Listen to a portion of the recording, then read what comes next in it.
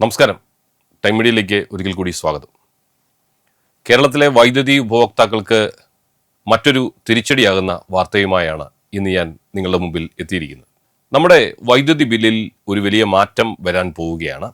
വെറുമൊരു മാറ്റമല്ല, ഈ മീറ്റർ വാടക എന്ന ഇനത്തിൽ നിലവിലുള്ളതിനേക്കാൾ 5 ഇരട്ടിയിലധികം വർധനവാണ് KSEB ഇനി ലക്ഷ്യമിടുന്നത്. ആദ്യമായി നമുക്ക് എന്തുകൊണ്ടാണ് ഇങ്ങനെ സംഭവിക്കുന്നതെന്ന് നോക്കാം. സ്മാർട്ട് മീറ്റർ ഘടിപ്പിക്കുമ്പോൾ മുതലാണ് ഈ മാറ്റം വരുന്നത്. അപ്പോൾ നമുക്ക് ആദ്യമായിട്ട് എന്താണ് ഈ സ്മാർട്ട് മീറ്റർ പദ്ധതി എന്ന് നോക്കാം. ഈ വിഷയത്തിൽ നമ്മൾ ഇനി എത്രയധികം രൂപ എല്ലാ മാസവും അടയ്ക്കേണ്ടി വരും തുടങ്ങി ഈ പദ്ധതിയെക്കുറിച്ച് നിങ്ങൾ അറിഞ്ഞിരിക്കേണ്ട എല്ലാ കാര്യങ്ങളും ഈ വീഡിയോയിൽ നമുക്ക് വിശദമായി പരിശോധിക്കാം.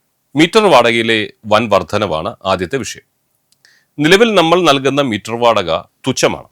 എന്നാൽ സ്മാർട്ട് മീറ്ററുകൾ വരുന്നതോടുകൂടി കാര്യങ്ങളൊക്കെ മാറും. KSEB റെഗുലേറ്ററി കമ്മീഷൻ സമർപ്പിച്ച രേഖകൾ പ്രകാരം നിരക്കുകൾ ഞാൻ ഇനി പറയാം. സിംഗിൾ ഫേസ് ഉപഭോക്താക്കൾ പ്രതിമാസം 6 രൂപ നിലവിൽ നൽകിക്കൊണ്ടിരിക്കുന്ന മീറ്റർ വാടകയ്ക്ക് പകരം ഇനി 31 രൂപ കൊടുക്കേണ്ടതായി വരും. ഇനി 3 ഫേസ് ഉപഭോക്താക്കളാണെങ്കിൽ 15 രൂപ നിലവിൽ കൊടുത്തുകൊണ്ടിരിക്കുന്നതിൽ നിന്നും 36 രൂപയായിട്ട് അത് വർദ്ധിക്കാൻ പോകുന്നു. 2 മാസത്തെ ബില്ലിൽ സിംഗിൾ ഫേസുകാർക്ക് 12 രൂപയ്ക്ക് പകരം ഇനി 62 രൂപയും 3 ഫേസുകാർക്ക് 72 രൂപയും മീറ്റർ വാടകയായി മാത്രം ഇനി നൽകേണ്ടതായിട്ട് വരും.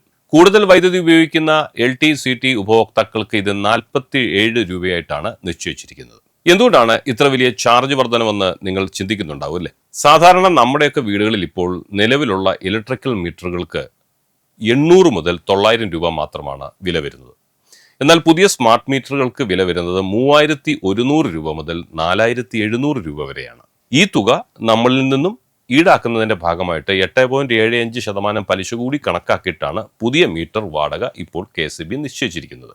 ഇനി എല്ലാവർക്കും ഒരേ സമയമല്ല സ്മാർട്ട് മീറ്റർ വരുന്നത്. അത് ഘട്ടം ഘട്ടമായിട്ടാണ് ഓരോ ഇടങ്ങളിലും വിന്യസിക്കുന്നത്. ഇപ്പോൾ തന്നെ ഏകദേശം 1.72 ലക്ഷം സർക്കാർ ഓഫീസുകളിൽ സ്മാർട്ട് മീറ്റർ സ്ഥാപിച്ചു കഴിഞ്ഞുവെന്നാണ് അറിയാൻ കഴിയുന്നത്. ഹൈ ടെൻഷൻ ഉപഭോക്താക്കൾക്കും ഈ മാറ്റം ഉടൻ തന്നെ വരും. ഇതിനുശേഷം സംസ്ഥാനത്തെ 50 ലക്ഷത്തോളം സാധാരണ ഗാർഹിക ഉപഭോക്താക്കൾക്കും സ്മാർട്ട് മീറ്റർ സ്ഥാപിച്ചു തുടങ്ങും. പ്രധാനമായും പ്രതിമാസം 150 യൂണിറ്റിന് മുകളിൽ ഉപയോഗിക്കുന്നവർക്കും സൗരോർജ്ജം ഉപയോഗിക്കുന്നവർക്കുമാണ് ഇവിടെ മുൻഗണന നൽകുന്നത്. ഈ സ്മാർട്ട് മീറ്റർ വെച്ച് കഴിയുന്നത് മുതൽ നമ്മുടെ വൈദ്യുതി ഉപയോഗം മൊബൈൽ റീചാർജ് ചെയ്യുന്നത് പോലെയാവും. പ്രീപെയ്ഡ് സംവിധാനമാണ് സ്മാർട്ട് മീറ്ററിൽ വരാൻ പോകുന്നത്. ഉപഭോക്താക്കൾക്ക് KSEB സ്മാർട്ട് പ്ലസ് എന്ന മൊബൈൽ ആപ്പ് വഴി തത്സമയം ബാലൻസ് പരിശോധിക്കാൻ കഴിയും. പക്ഷെ ഒരു കാര്യം പ്രത്യേകം ഓർത്തോണം, പണം തീർന്നു പോയാൽ വൈദ്യുതി കട്ടാവും. പിന്നെ KSEBയെ കുറ്റം പറഞ്ഞിട്ട് കാര്യമില്ല. മൊബൈലിലും ഇങ്ങനെയൊക്കെയാണല്ലോ. എന്നാൽ സർക്കാർ ഓഫീസുകൾക്ക് ആദ്യം 3 മാസം ഈ നിയമത്തിൽ ഇളവ് കൊടുത്തിട്ടുണ്ട്. ഇനി ബാലൻസ് തീരാറായാൽ മൊബൈൽ കമ്പനികൾ മുന്നറിയിപ്പ് തരുന്നത് പോലെയുള്ള അറിയിപ്പ് KSEBയിൽ നിന്ന് നിങ്ങൾക്ക് ലഭിക്കാനിടയുണ്ട്. റീചാർജ് ചെയ്യാൻ 24 മണിക്കൂർ വരെ നിങ്ങൾക്ക് സമയവും നൽകും. ഇനി നമുക്ക് ആ പഴയ TOD താരിഫിനെ കുറിച്ചൊന്ന് പറയാം. Time off day TOD.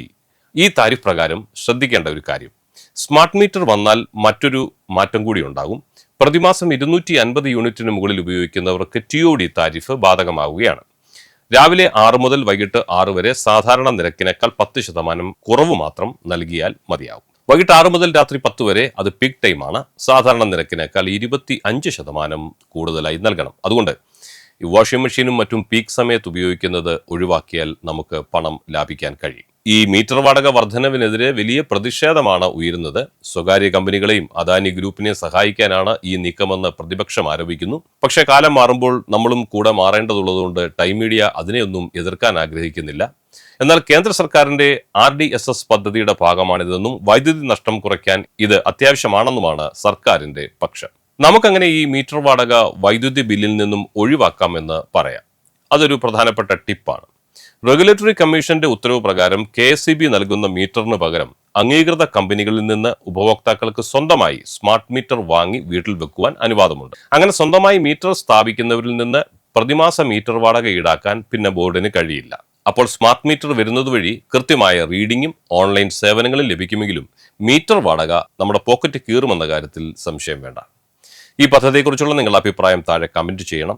Video ഇഷ്ടപ്പെട്ടാൽ ലൈക്ക് ചെയ്യാനും ഷെയർ ചെയ്യാനും മറക്കരുത്. കൂടുതൽ ഉപകാരപ്രദമായ വാർത്തകൾക്കായി ചാനൽ സബ്സ്ക്രൈബ് ചെയ്യുക. മറ്റൊരു വിഷയവുമായി വീണ്ടും കാണാം. എല്ലാവർക്കും നന്ദി, നമസ്കാരം.